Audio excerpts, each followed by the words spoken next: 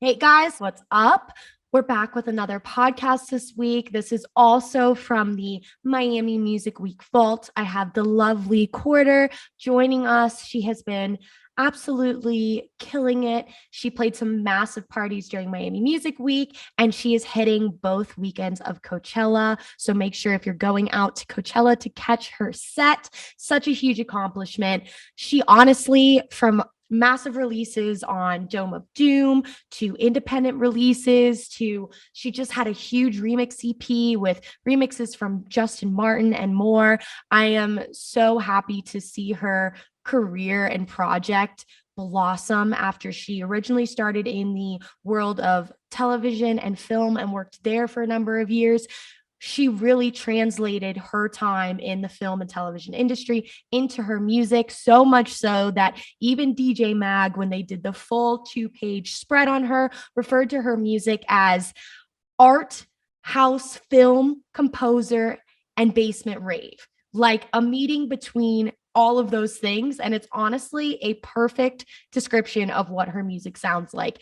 I could listen to her music for hours on end. And I hope you guys check out her music after this podcast. Her website, her new remix EP, her new album is going to be linked below. So make sure you go and check out Quarter. Don't forget, all of these episodes and exclusive ads and bloopers can only be found on my Patreon at www.patreon.com/this is Lizzy Jane.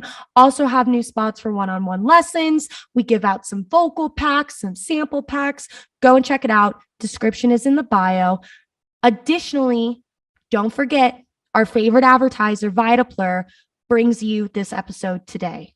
I really appreciate you guys as always. Some of the responses I've been getting lately just warm my heart.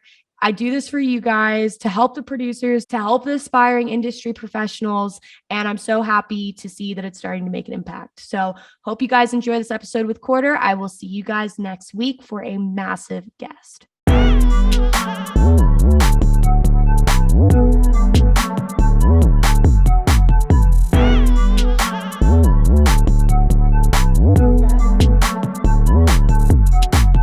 The show today was brought to you by Vitaplur E-Boost Gum. With no pill to take or powders to mix, Vitaplur E-Boost Gum is a first-of-its-kind energy rave supplement that provides magnesium, electrolytes, and antioxidants while you chew. Vitaplur is the perfect complement to my active lifestyle, whether it's at the festival, on the road touring, or hitting the gym. Chew Vitaplur and dance with confidence. Use code LizzyJane for 10% off any order. All right. Hi, Megan. Hi. How are you? I'm good. Yeah, thank you for coming on today. You have quite the busy week. I do.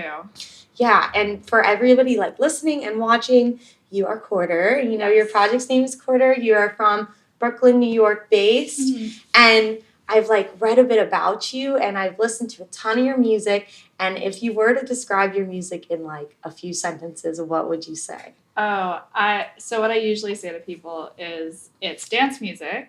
Yeah, yes. And it's sort of a mix between house, techno, and breaks, and I like to pull from other influences. That's so awesome. And I read that you were a film student, mm-hmm. and you studied film for a long time, and you kind of took those influences and you pushed into the dance rave culture. Yeah, I think a lot of press will say my music's atmospheric and mm-hmm. very textured, and that's totally I think my film stuff coming in. Oh, absolutely. Yeah. And I mean, it's kind of you're in the business of feeling and creating emotions. Yeah. So do you ever find inspiration and motivation from films, or is that just something you kind of take from your past and you're I know this is part of me? It's definitely both. I feel sometimes I'll see a film and the score will usually have an impact on me and kind of inspire me to go in a certain direction.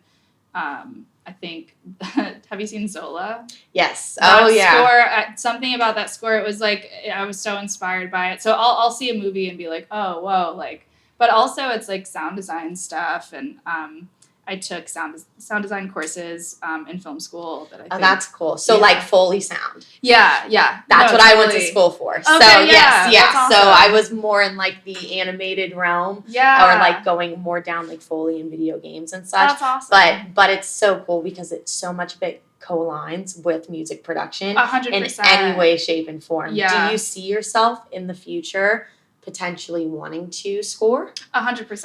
Yeah. I've scored short films.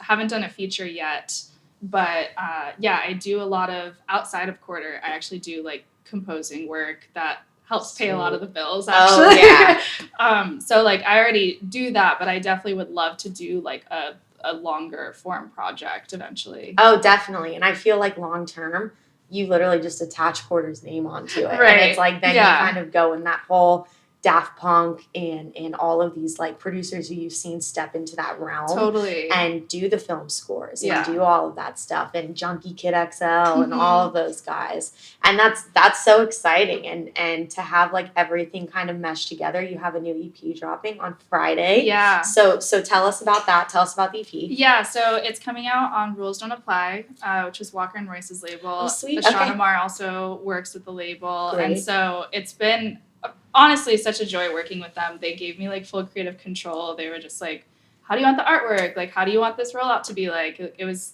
cool. I was able to like get remixers. Justin Martin is remixing. Oh, that's so welcome to Miami. It kept going off and I was setting up and I was like, oh shit, this is going to be great. This is going to be lovely. Hopefully it just happens that way. Yeah, right? Right. Justin Martin's like a huge person. Oh, no, I know. I'm like, it's been a dream, and also like his remix is so good. It's insane. But we also have Mod Vaz, which did an insane remix. Slugfather's remix, we just dropped a preview of, and it's like this like sexy, like new disco, like that's sax so stuff. awesome. It's really cool. But yeah, no, it's been really cool. And this song is called Snowfall. I wrote it during quarantine. Okay. So I was just kind of sitting on it, and I didn't put it on the last album because I felt like it was like too different. It wasn't quite in the world of infina ad nausea, and so I'm really glad like it got a home somewhere. And and Walker Royce is a perfect place for Totally. support, and I'm sure like not only are you gonna rinse the tracks, there's gonna be 1,000 other people who rinse the tracks. It's been really cool. So I've never had music on like promo sites before. This is my first time with this particular release, and it's been cool to like see who's downloading it. And that's me, and they're downloading it. Like, okay, it's so cool. No, that's amazing. And so, this is an EP though, or is it just a single? It's technically just a single, but it has everybody together. Exactly. See, and I think that's so cool, and that's something I don't really like see a ton in more of like the melodic bass world is where you get the remixes and the single at the same time. Totally, yeah. Which I love because then it's like you have almost like 4 different songs that cohesively like blend together. Exactly, yeah. And that creates like such a unique space. Yeah. Did you always know that you wanted to produce music? Or was this something you kind of came about in the process of going to film school and studying? So that's, so when I was a kid, I mean, since I can remember, I was like singing and dancing. My mom got me this like karaoke machine when I was like 6 years old or something. And like, I was always like obsessed with music. And my dad got me my first like PC when I was 11. PC gang. Yeah. And it was a Sony Vaio. It had Sony Acid Pro on it. Okay. And I was like in middle school, but I would plug in my PlayStation 2 microphone, like a USB microphone, and I'd sample myself knocking on my desk or whatever, and I'd make music. And then I remember getting GarageBand for the first time and making music on GarageBand in high school. But it was always this thing where I loved it. I was just like, there's no way I would do this, though. Like, I'm not a trained, like, musician. I'm not, I didn't take any formal classes. There's no way I could actually do this. But I grew up always getting instruments and things from my parents for Christmas. And so it was always really part of my life. Totally just, like, a love for it, though. Yeah, absolutely. And then I went to film school, and I was actually just focusing on post-production, and like I was editing a ton. That was like my main thing. In the dub room. Yeah, exactly. Yeah. And then I've been working in post-production. I actually quit my day job, my post-production day job, last year, and went full-time with music stuff. Yeah, thank you. But it's hard for people to get to that point. It's so hard, yeah. It just I basically told myself, you can't quit the day job until, like, you're so busy with other stuff that the day job might fire you. Yes, like, that's when you quit. Yeah. But anyway, so it wasn't until, like, 2014, after college, I went to my first music festival, and I was just like, I need to, like, fold this into my life in a more substantial way. What festival was it? It was Bonnaroo.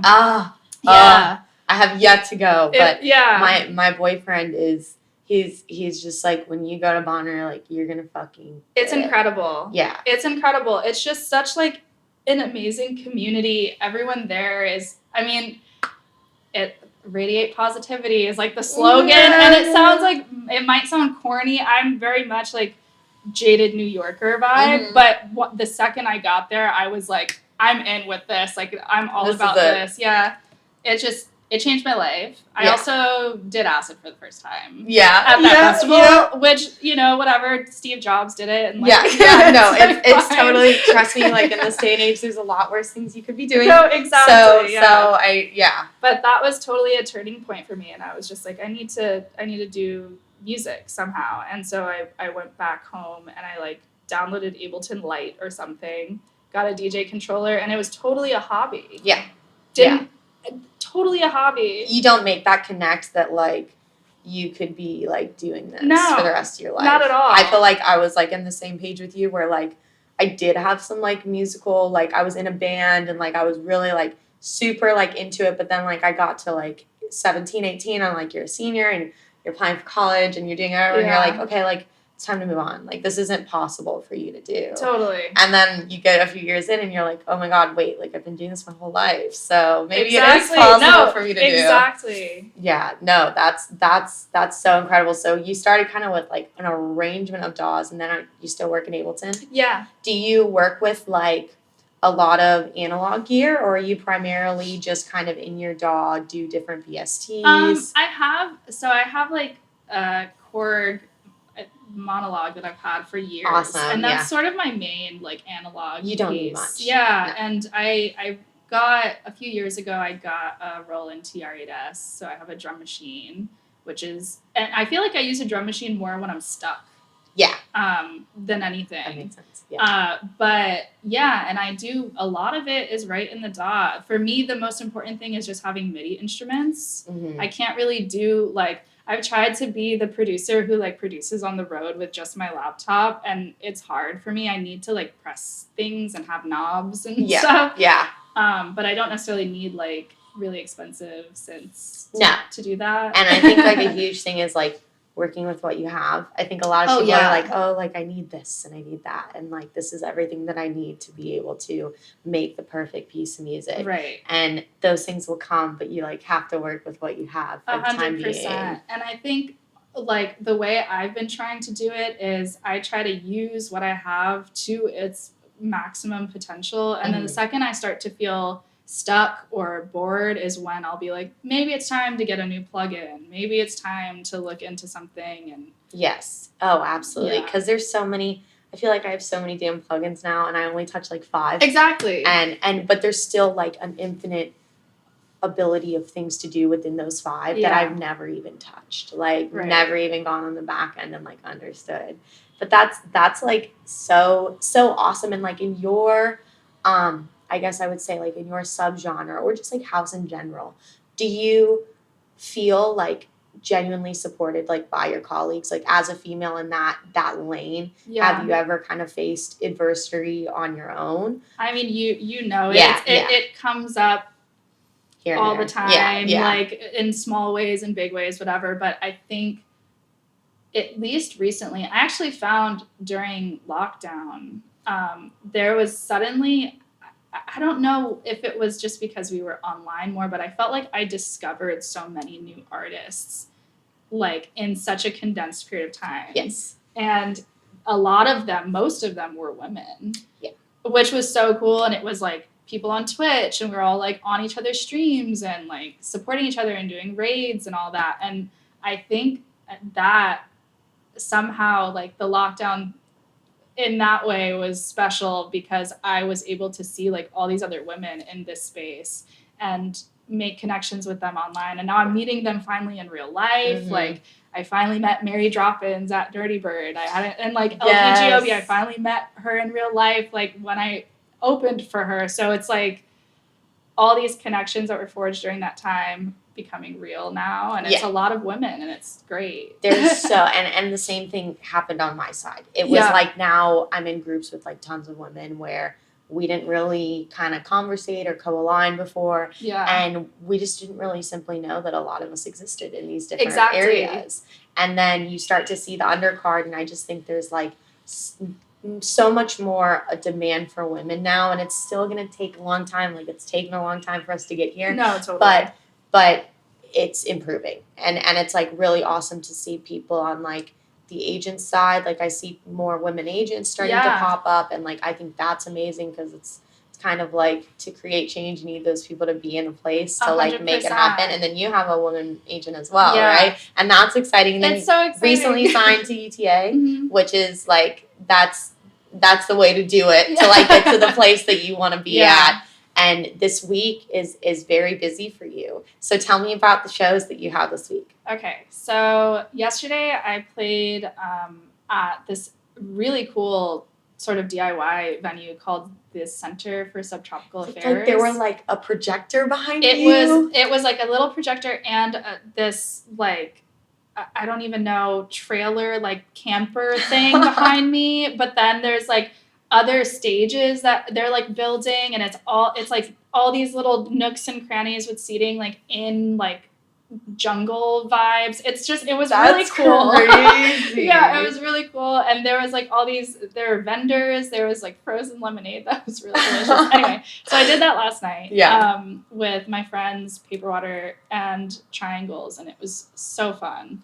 And I felt like it was the perfect introduction I needed for the week because it like, definitely first set out of the way, and like here we go. Yeah, and now today I'm doing the DJ Mag poolside sessions. It's gonna be a party. Yeah, get ready. Get ready. Excited. Yeah. So that's up next, and then I'm playing at 1-800-Lucky later tonight with like Teed and Scream and oh, that's huge. I'm going back to back with someone, but I can't. I mean, wait, when does this drop? Way long in advance. Okay, I'm going back to back with Nala. Oh, okay. But it's unannounced because she's playing Ultra. Her. Okay, yes. So that'll be really fun. And then Friday, there's something happening. Again, this is happening way later. Like 3 weeks There's from now. like a fuck a genre party. Sweet. Okay. So I'm going to play that, but the lineup's like secret.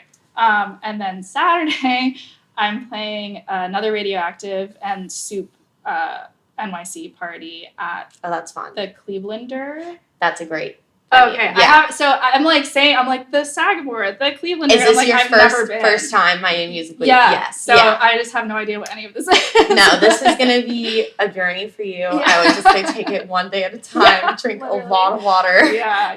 And make sure you like put on sunscreen and like all of that stuff. Because it's like you will just kind of like go on a schedule and you'll have so many places to go. And you'll forget about doing the basic necessities, and you'll be like, "Oh my god, I'm gonna fucking die!" Like I have a sunburn and I'm dehydrated. I'm not trying to do that. Water, and that's it. Okay, I know we're on a quick time schedule. Before we go, 3 pieces of advice for women looking to follow in your direction in the house scene. Yes. Number 1.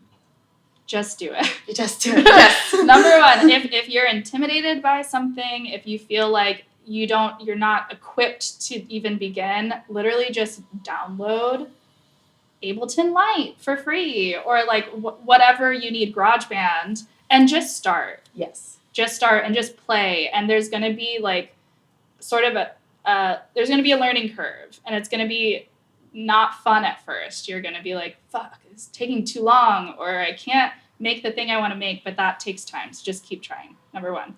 Number 2, don't be afraid to make something that you've never heard before. don't feel like you need to make something that sounds like something else. I would say encouraged to make something that you've never heard before, especially now. Exactly. Like, don't feel pressure. Like, wait, what is this? I don't even know what this would be. Like, that's okay. And then number 3 is to just like have fun and like go out and see other women and support other women and like try to be part of a community in some sense, because it just makes it all the more fun.